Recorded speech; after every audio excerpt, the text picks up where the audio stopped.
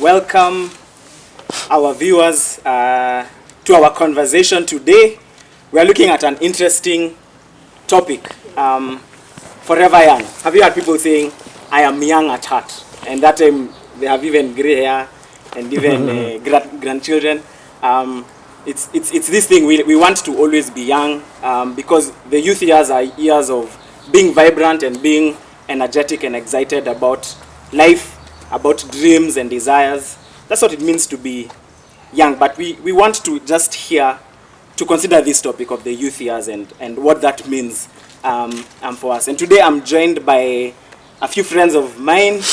Paul serves as a youth coordinator at PCA Bahati, Matthias Parish, and I have Gladwell, who serves at PCA Kirigiti, and Samuel, who serves at PCA Banana, Happy Valley Parish. So karibuni sana, my friends. Thank you. And, thank you. You know, maybe before we begin this, I know you are not a youth coordinator, Paul, surely, all these years. Sure. What were your teenage and campus years like?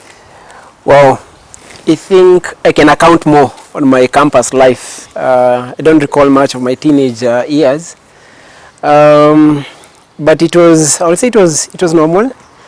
Just as a teenager, dealing with hormonal issues and all that, I would say not much difference. I mean, there is no spirituality in emotions and in growth. Yes. So were there girls you used to eye those days? Of course. And I'm seeing Sam is very excited. So yeah, unatekelea Paul sana. But I was not active. I think I was naive. Yeah. Per se. Yeah. But kusumbuliwa ilikuwa lazima, na kusumbuana. It was part of life. Kusumbua lakini kusumbuana. Paul is playing his cards well. But maybe to hear from Glado and maybe Sam, any memorable moments from those years for you guys? Wow, I guess for us, because of memorable moments, maybe to go back to one in high school during my teenage years. Well, I was known to be this good girl who does good things. But then I remember one day, it was actually just a few weeks to our exams. So we were not supposed to go home for half term. Our parents were to come to school. And we were allowed kuletewa grabo, provided we finished before everyone else comes back. So as Form 4s na sisi wajanja tukasema so that time is when you would call and ask for a whole list of shopping. And I remember, so we didn't finish, so walimu wakatu find out, and so there was a search, and so every teacher was so surprised. Yani Gladwell umeficha yogurt, biscuit, juice, nini, yani box yako imejaa tu grab. I remember that day nilichapwa. Ile serious. And that is one time I'll never forget. And in campus sahau nilianuliwa nguo zote kwa hanging line. Yeah. What? Yeah, I was left with the only clothes.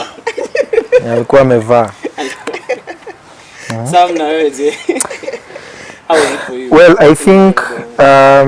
I think nikiangalia back in high school, I think there was a lot of foolishness and naivety, as Paul said. But I think one of the memorable, when I was getting into high school, I remember my mom focused so much on, preventing his son asingie kwa madawa. So there was a book, there's a certain book nilinunuliwa, though I don't remember the name. So I think nikiingia high school, nilikuwa naitwa Pastor Sam. So Form 1, Form 2, and then, so walikuwa meka our entertainment ilikuanga saa 2. So saa 2 kulikuwa na CU na entertainment. So Form 1, Form 2, I didn't struggle. But nashanga, mbona wale wase wanajibamba hivyo? Huku tumeuma ndimu ni kuomba, ni kufanya nini? And then I think kulikuwa na change, so there was a total change from Pastor Sam. Yeah. Sasa ni sasa manze, sasa ni MC bana. So I think those are one of the most memorable moments, I think, and but that I think probably that is the bad side, but sasa nikikam kampo, I think one of the most memorable moments ni nikienda kumalizia fourth year na huko when I met my sweetheart in campus. Yes. Mwingine ama campus watu walikuwa na by the way for the purpose of our video, housemates we pay rent together. Those kind of things. Yes. So ilikuwa tuwezi sema ilikuwa mwingine. Oh sawa. Yeah. So that's a memorable. Yeah. It would be here. Maybe we should get another interview kusikia that story, eh? Kama ilikuwa tu masomo. How did this from just going to the university to being house to paying rent together? What will you say something? Yes, I think I have a memorable, something that I will never forget, that really helped me in a way to jumpstart my life. Because I remember when I got into campus, I mean, I still held issues with self-esteem. But there was a spark in me, because I remember when I was in high school, I was still doing the wildlife clubs and all that. So when I got to campus, there was an opportunity. Actually went to Presbyterian University. It was kind of cold, you know, there were no activities, and I approached Kenya Wildlife Clubs and asked them, is it possible to register a club in a campus? And they said yes. So, and I think from there, it really helped me to build on my leadership skills. And one thing led to the other for myself. Because of the activities, I think I was in a better position now to start campaigning for, you know, other positions. Yes. And until that time, when now the presidency opportunity opened up, and it is a memorable thing because it was a landslide. President. So yes, awesome. And that certificate really opens doors. You know, when you it was quite something, and as well I found myself leading with Kenya KUSO, Kenya University Students Association. So being the secretary, Central Region was quite another thing. So, and that is something that really helped me to really see the gifts in me, and that is quite a memorable thing. Yeah, so nice. I think I just find it interesting how the youth years can be times of, you know, just formative years. Sure. Actually, they are the formative years. True. And I think the fact that I mean, like even from that story of now that you're in a leadership position as a youth pastor, yeah, that leadership, you know, seed or, you know, began way earlier. Sure. And those opportunities for those who are watching and are in those spaces, do not despise the humble beginnings. So I think very interesting. For me, I remember, I think my teenage years is football. I wanted to be a Ronaldinho at some point. You played football? I still play. I think you can talk to the gentleman taking the video. But yeah, I still play a bit. Like once a week, we play with some friends. Okay. But I used that's to nice. really, and that was in my mind. Was, you know, a career as a professional footballer, but 844 happened. And Yeah, of and I course. think in campus as well, I think for me is just being part of a student-run organization called ISEC. So I think those were very rich experiences for me as well that I remember. That's But awesome. as well, I'm sure there was some, and maybe we have hinted. Was there any moment of crisis in your youth years, as you know, maybe in campus or before? And what was the turnaround, if there was one? Yeah, I think as we are saying, opportunities in campus and in your teenage years put a lot of responsibility on your shoulders, like being a leader in church and also in CU.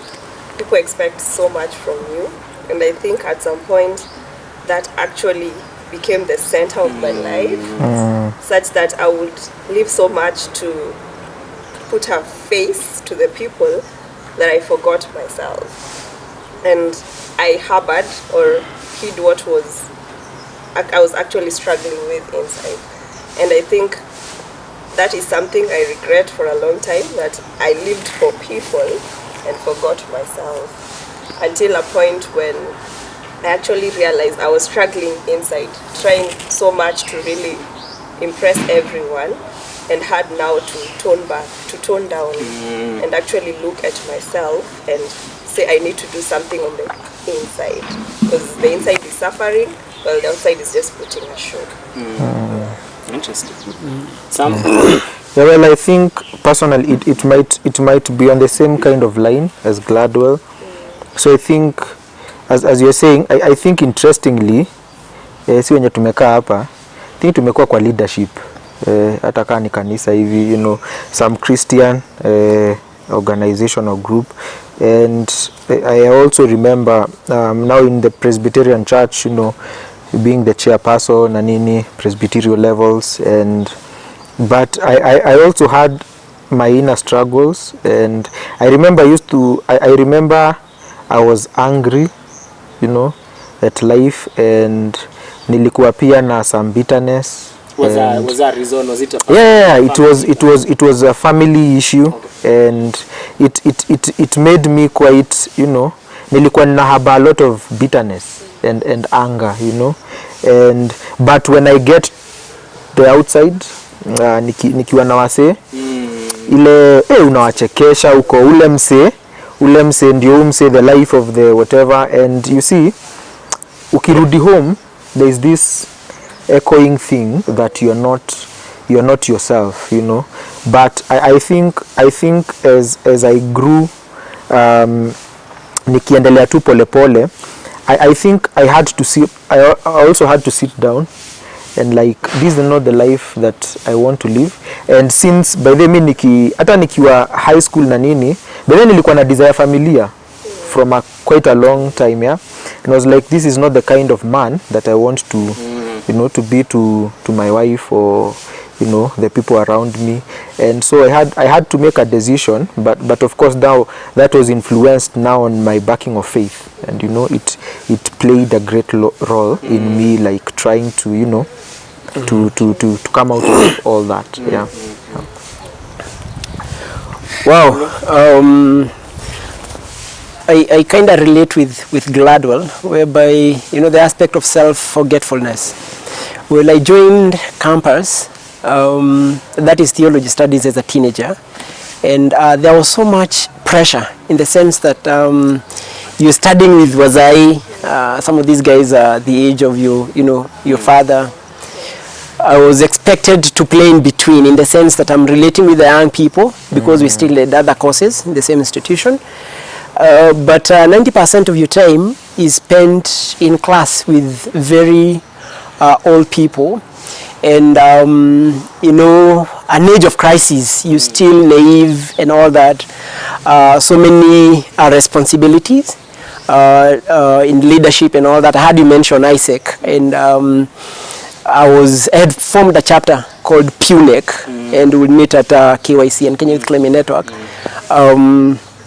You know, it was very difficult in the sense that you have your own inner struggles, but at the same time you have to play this guy, you know, your theologian. Yeah, you have to make sure that you keep a good name and all that and all that and all that. And at times you forget yourself. And I really regret, because actually I was sharing with them the other day that if I really concentrated on myself and took advantage of the opportunities that I had, I'd be far from where I am right now. I was saying that I think by 2014, 2015, I should have graduated with my master's. You see, those are many years back. And right now, because I had those opportunities, and I should be clearing, or should have cleared with my PhD, and the idea was, there was so much pressure that I gave in. I mean, you know, pleasing people. You expected to do this and that and that and that, and then afika mahali manzi unajisahau mwenyewe. Yes. Interesting. And I think I like the similarities in the stories, and that there can be pressure, I think, in the transition of young people into adulthood. Yeah. I find that it's interesting for you guys. It was within the context of Christian leadership, or you know, inside of that. Yeah. For me, I think my story was a bit different. Though I grew up in the church and went for, you know, did all the things you do in a church growing up. I had years where I was wrestling with the faith, because now as part of the being in ISEC, I was meeting students from other places, and I was like, why is this Jesus so unique? Like, how can we say that as Christians? Hiyo ni kama kujifanya, you know. And I think as I was searching for the answers, I realized that, you know, the questions were not really the important things. It was my heart. I think my heart was hard. And though I was calling myself a Christian, in truth, my lifestyle wasn't painting that picture. And it took me till after campus, just that conviction of, you know, my life does not look like what I claim it to be like. True. And then for me, it was an encounter with Christ that really transformed my youth years. Of course, there's some things like leadership that are still ongoing, but I think in very many ways, I think Christ has helped me to see life differently. And I know maybe we could even deepen that conversation there in terms of the transition, because whether you're in a Christian space, quote unquote, or in an unchristian space, I think what you are saying is, in that transition of youth into adulthood, there are questions of you know, self-esteem, there are questions of identity, that these are things we are trying to wrestle with. There's the issues of family backgrounds and trying to form your own identity, because perhaps, you know, the anger issues or the doubts are coming from those things. How would you say how has faith now played a role as you have transitioned? I think we've talked about the crisis. How would you say a relationship with Christ transforms, has helped you in your transition now as an adult? What should you say? Well, I think for me, until I got to understand, I don't know whether we could give it another name. Paul alikuwa ananipatia jina ingine, but let me use the one I remember. I think for a very long time I was a cultural Christian. Like my parents are both Presbyterians. Nominal. My guka is a nominal. For him, he calls it nominal Christian. Christian. So for me, I think guka alikuwa Presbyterian, so to grow up kwa hiyo system, but I was a Christian just by association. I don't know ile ku associate tu na church tu ile when unasema you do what other Christians are supposed to be doing in the public face, but behind I don't think that your life really measures up to that calling of being a Christian. Like, I don't think we are ever taught to question the gospel, like as in having, not question it, but rather having deep questions, you know, that you want to ask, you know, get ile unataka ku get meaning out of it. I think ulikuwa unaambiwa, you know, Mungu anajua kila kitu, you know, hivyo ile dismissiveness. I remember I went to commission, the commission, the event that happened. Or maybe those who may not. Commission inakuaga, it's an event, ni kama conference, that gathers, I think majorly inakuanga Christian unions or universities, and just exploring the nini of evangelism, you know, trying to reach them out with the gospel of Christ. So I remember, I can't really remember the year, but when I went there, I think kwa hizo sessions tukienda kutoka in the book stand, I remember I saw a book. This guy, it was so random, hapo juu Ravi Zacharias ilikuanga sijui, okay, I can't remember the title, my God, envisaged something. It was a question about inauliza, you know, about atheism. You know, it was concerning atheism. So I took the book. When I went home, I was really intrigued by the question that guy was asking, and I was like, I have had these questions for quite a long time, but I am taught never to question, you know. So and I started listening to these guys, you know, online and all that, and I think now I really wanted to have a personal relationship with Christ, and I think now that was a turning point. I didn't now nilifika place staki could do it for sure, like ile kuonekana tu kama Christian, but now I fully felt that this is a conviction, and I owe it to my Lord and Savior to be like the person he has called me to be. So I started that journey, and then by God's grace I met wonderful people over my life and introduced me to things that I never actually really knew about, na nikaanza sasa kusikia hizo stories za reformed theology, and I got an interest, and now you know, my faith I'd say now keeps on growing. My knowledge of Christ now, that wanting a personal relationship with him, I think it has changed me for the better. Yeah.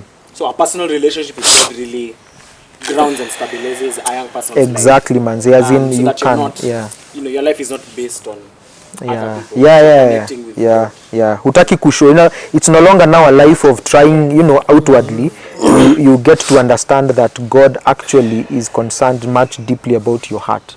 You know, Because there's nothing you could do. yes, there was nothing I could do actually. Nothing until His love now reached out to me and conformed me now to become the person that He really wants me to be. Yeah. Amen. Wow, quite deep. Glad do anything to add, Paul? How has faith played a role for you in your life, basically, and in your transition into adulthood? Yeah, so maybe I will start it from growing up. We always taught, do good and you will experience good things, do bad and you will be punished. And I guess that's the kind of thing I grew up knowing, and that is why I would really try so much to be so good, you know. It was about what I did and what God would do in return. But then I remember once, and I think that's why Ephesians is one of my favorite books in the Bible. I was studying the book of Ephesians, and before I will just read the Bible, you know, casually, when you're through the Bible. But then I came across a book on the book of Ephesians by R.C. Sproul. So I studied the book of Ephesians in line with this, I can call it a commentary or something. And when I got to Ephesians 2:8 to 9, A bomb exploded. I think that is where my life turned around. And I realized, wow, I have known the Bible all my life. I have lived a Christian life all my life, but I don't think I am truly a Christian. You know, because when the Bible tells you that by grace you have been saved through faith in Christ, it is not your works that you should boast about. I think that's the kind of life I was living. I was living a life of works, doing something, thinking I'm doing God a favor, and therefore in return He needs to do something good. Reward you. But then I came to understand that all I am and all I have is not because I deserved it, but because God loved me just the way I am. And that's why it made sense even to be a Christian. That by grace, that God loved me just the way I was, and by His mercies revealed to me this precious gift that I can talk about today. Powerful. Wow. Cool. So I have also had a crisis of faith, just like any young person. And as it happens in high school, you know, there are times that you really question whether you're saved again. True. And that is why we need to keep on preaching the assurance of salvation more and more to our young people. You know, I've grown up as a church boy, since a child. Like, the word has been very, very dear. But I remember in high school, you know, I had those instances whereby, you know, you'd have preachers coming to preach and then making those what you call altar calls. And you wonder, you know, the way they'd make them and cause you to feel guilt and feel that Christ is far from you, and all that. But glory be to God. I don't know how I got in contact with World Bible School, and it is something that I can really recommend you to go online and do. They offer small courses, and what will happen is that they'd send you materials. You'd read and then respond to the questions, and then you send. After a month or so, then they'll send back. And then in Form 2, I started interacting. I've loved hearing Sproul be mentioned. I started interacting with his materials. This book called The Essential Truths of Christian Faith by R.C. Sproul. Very simple, but with basic doctrines of the Christian faith. And that really, really encouraged me, because one, you know, I remember there was a time, as much as I knew I was saved, there was a time I went into a certain corner in one of, in the dining hall, And I prayed and told God that I am accepting you now for real. That I will not, I don't want to appear again. You see, when they call those altar calls and all that, and you know, they would actually come when you're just about to do exams. So I told God that me, I know I am born again. And sitatokelezea tena when they call.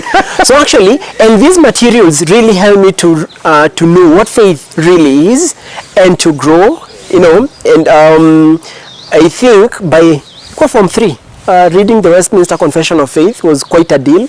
The Bondage of the Will by Martin Luther. Even when I got to, because I remember I started looking for a theological school when I was in Form 3.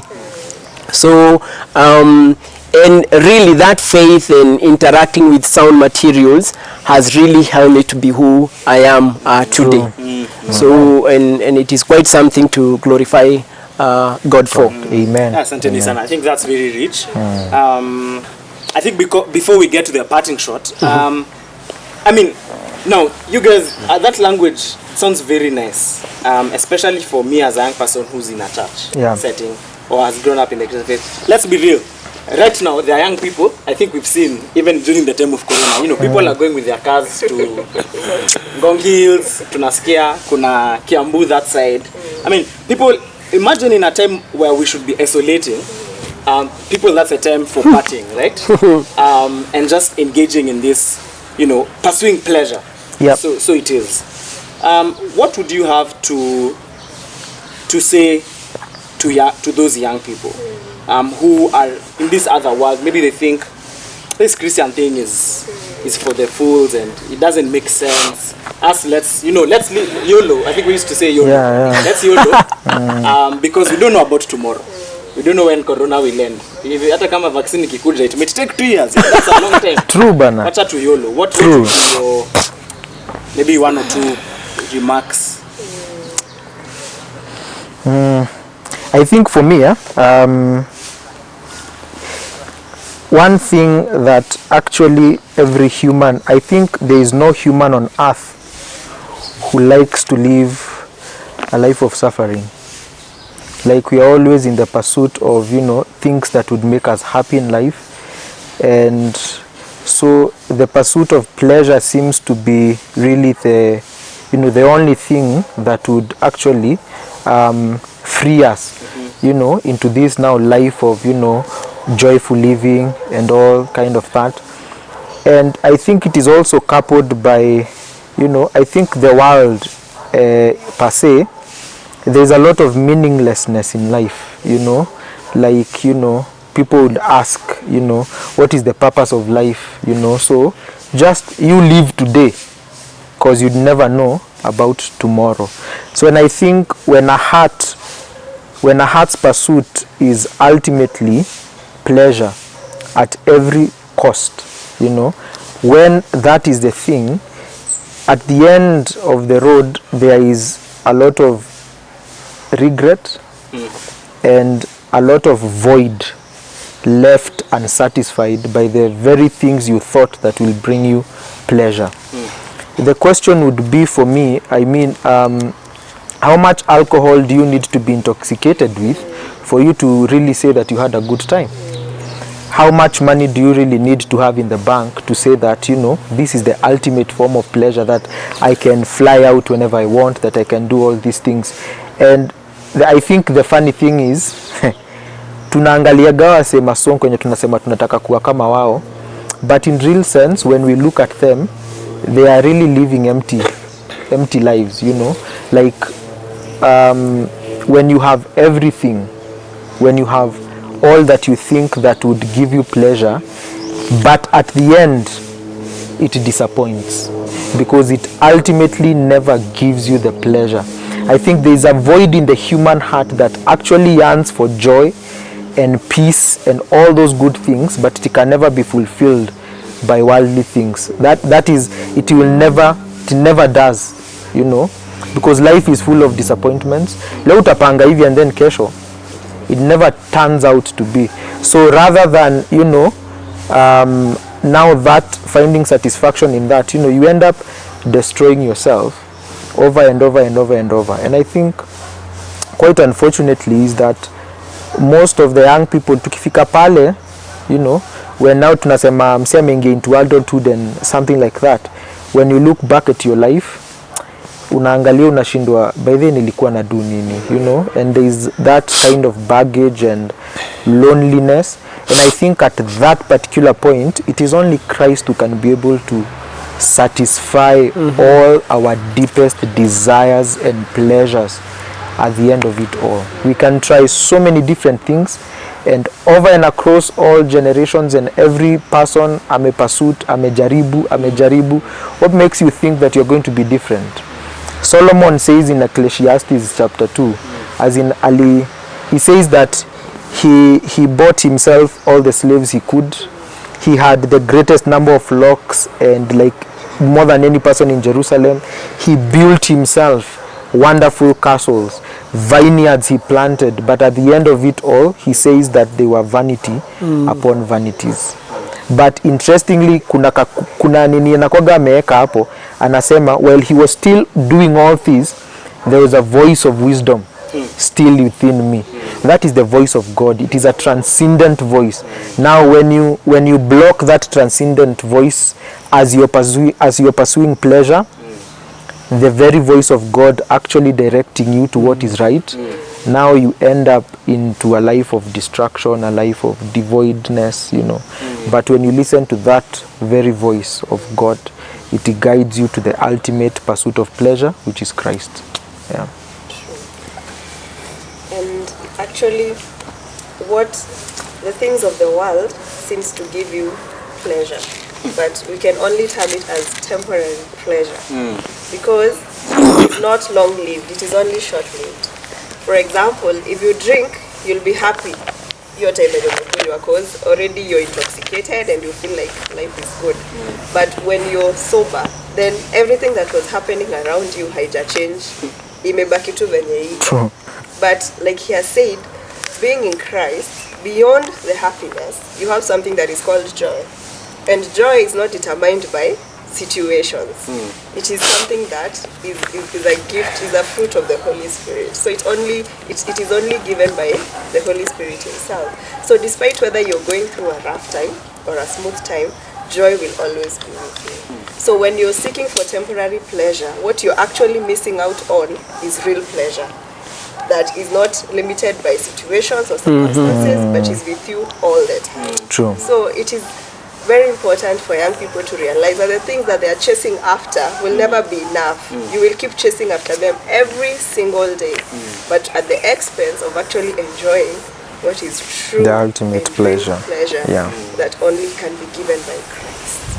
Wow, asante sana. Now, YOLO hashtag YOLO nitaijibu in 3 kwa njia 3. Address 3 audiences here: the church, the parent, and the young person. One, for the church, we can never give up to pray for the young people. True. And for the parent, don't give up. Preach to them. Keep on correcting them. Keep on planting that seed of truth. And it's never in vain. One day it will shoot and it will grow. True. Now, to the young man, I want to respond through scripture. Do you mind if I can use your phone? The other? Oh, yes.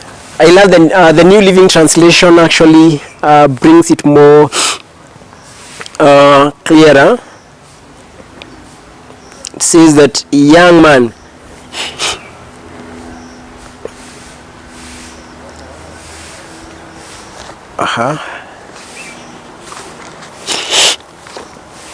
New Living Translation.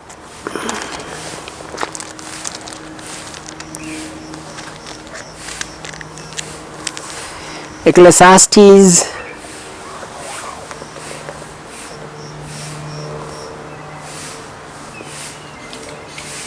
11 verse 9.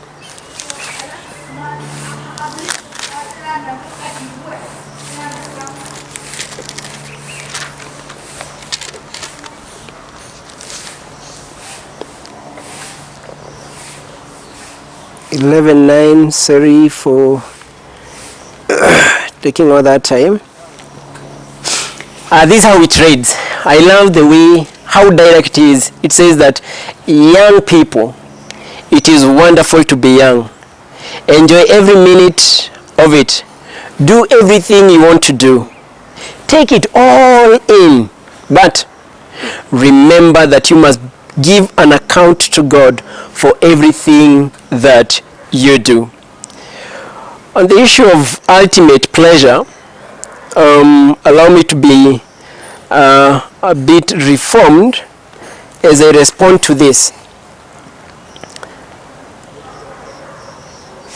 The first question of the Westminster Confession of Faith asked, is it the Westminster Confession of Faith that asked, what is the chief end of man? End of man. The chief end of man is to glorify him and enjoy him forever.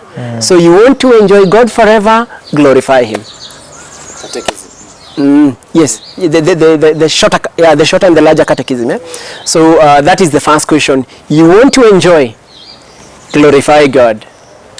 So yes, I think that's a short and powerful statement. And as you're sharing, I couldn't help think of my own life, because I think that before I knew Christ, I was searching for pleasure in these things. And as you rightly say, I think it's C.S. Lewis was an English writer. He says that if there are these longings that can never be satisfied, it means that there is something more. There's something We're just saying more, that this more is Christ. is God, and it is how He has revealed Himself in Christ. So there's more to life, and these are years for us to live for something more, to live for God, and it's never in vain. I think when we invite our friends here to come share even on their marriage story, we will hear how that truth or that reality influences everything, including their marriage. So friends, parting shot in 2 seconds. Forever Young, what do you have to say to our viewers today? Okay, well, let me start then, kwa sababu inakaa ni mimi naanza kila kitu sasa. Forever Young. I think one thing to carry, in the back of our minds is that we are never forever young. Like we have to live an accountable life as young people.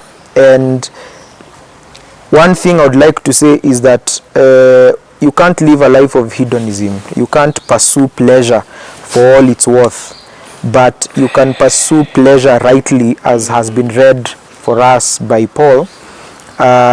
You live a life that actually seeks to glorify God, and in that, as he has rightly said, you will always at the end of it all be able to find pleasure, which is the ultimate form of pleasure.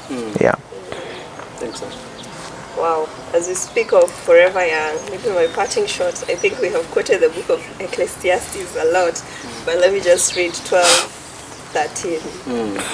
Now, all has been heard here in the conclusion of the matter. Fear God and keep his commandments, for this is the whole duty of man. For God will bring every deed into judgment, including every hidden thing, whether good Or or bad. evil. So just think about that. The whole duty of man, fear God and keep his commandments. My parting shot, there are those wazes that hardly want to retire, still feeling youthful, and they will say that youthfulness is an attitude of the heart. No. Utachapa mzee. Utachapa bana. Utazeeka. Allow me to use a Kikuyu proverb, but I will translate it. That says that warugaga niatofokaga na wainaga nieroragira. The first proverb that says waruga niatofokaga means that you are very young, you're able to jump mitaro and all that. Itafika mahali penye manzi unajaribu kuruka hiyo mtaro unadunda ndani. And then the other one was wainaga nieroragira. I mean, at this particular point you having pleasure, unajienjoy, una dance, itafika mahali mifupa yako itaweza kunini, utajiangalilia watu wakidance. So therefore I think it's important that you nini your time to God and all that, because si ati God utaka vitu zimechapa. So right now that we have energy, let us use it to glorify our maker. True. Asante sana, my good friends. I think we are saying true youth is YOLO. You only live once, but you can die twice, or you can die once. We blessed. Baraka.